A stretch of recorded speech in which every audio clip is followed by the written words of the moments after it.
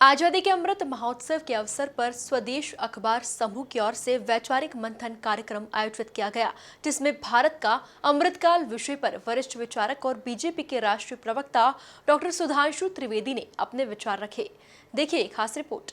देवी अहिल्या विश्वविद्यालय के तक्षशिला परिसर स्थित ऑडिटोरियम में आयोजित कार्यक्रम के दौरान वरिष्ठ विचारक और बीजेपी के राष्ट्रीय प्रवक्ता डॉक्टर सुधांशु त्रिवेदी ने भारत का अमृतकाल विषय पर अपने विचार रखे। इस दौरान कार्यक्रम में महापौर पुष्यमित्र भार्गव, कार्यक्रम के अध्यक्ष मोहिन जैन और स्वदेश के प्रबंध संपादक विवेक गौरे समेत तमाम प्रबुद्धजन मौजूद रहे। कहते हैं कि इस देश में एक बड़ा परिवर्तन आया, तो आप देखिए जब स्वतंत्रता का अमृत महोत्सव आया 2022 तो एक और परिवर्तन है।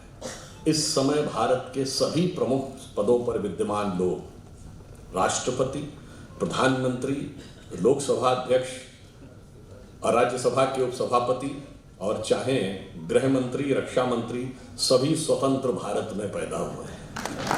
तो यह भी एक काल चक्र के बड़े परिवर्तन को दर्शाता है कि अब भारत एक लंबी छलांग मारने के लिए आगे तैयार है।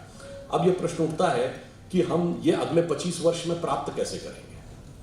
तो देखिए, इन 25 वर्षों में जो हमें आगे बढ़ना था, जैसा अभी पुष्यमित्र जी चर्चा कर रहे थे कि सुदर्शन जी ने कहा था कि भारत एक बड़े संक्रमण काल से गुजर रहा है, और उन्होंने कहा था वो 175 वर्ष का है, और वो ये कहा था श्री अरविंदो ने, और श्री अरविंद का भी 15 अगस्त 2022 150 वर्ष पूरे हुए थे। श्री अरविंदो ने कहा था भारत एक महान परिवर्तन से गुजर रहा है जो 175 वर्ष का है, जिसका प्रारंभ स्वामी रामकृष्ण परमहंस के जन्म से हुआ।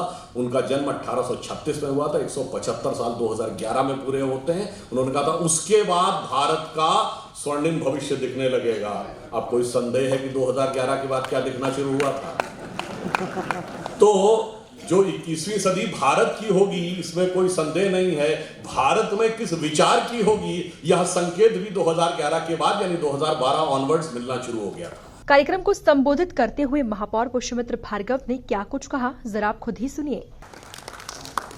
2022 से 2047 का अमृत काल, इस विषय पे बहुत गहराई से, बहुत भाव से हम डॉक्टर सुधांशु त्रिवेदी जी को सुनेंगे। लेकिन मेरे लिए जो समय निश्चित हुआ है उसमें दो बातें साझा कर कर अपनी बात को मैं विराम दूंगा।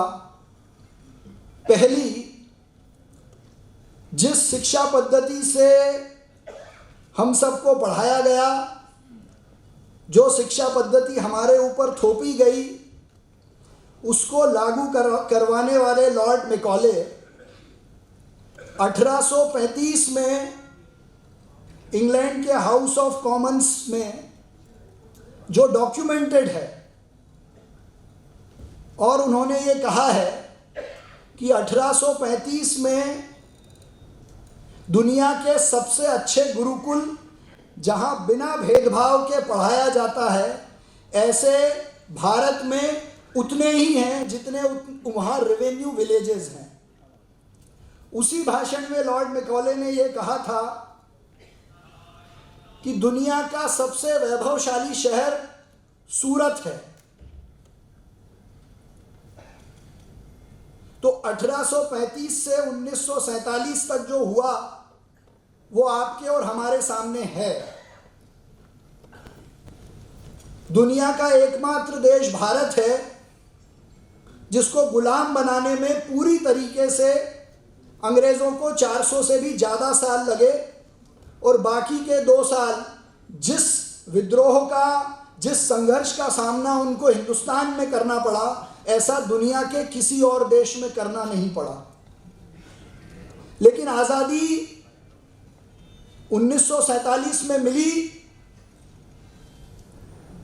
और 135 करोड़ की आबादी के साथ केवल 75 वर्ष बाद हम इस बात का मंथन कर रहे हैं कि आने वाले 25 साल भारत के अमृत काल हैं।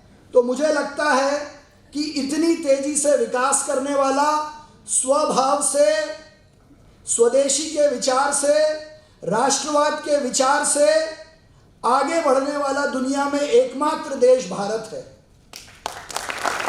इस दौरान बड़ी संख्या में प्रबुद्धजन इस कार्यक्रम का हिस्सा बनने पहुंचे थे। Bureau report, MP news, Indore.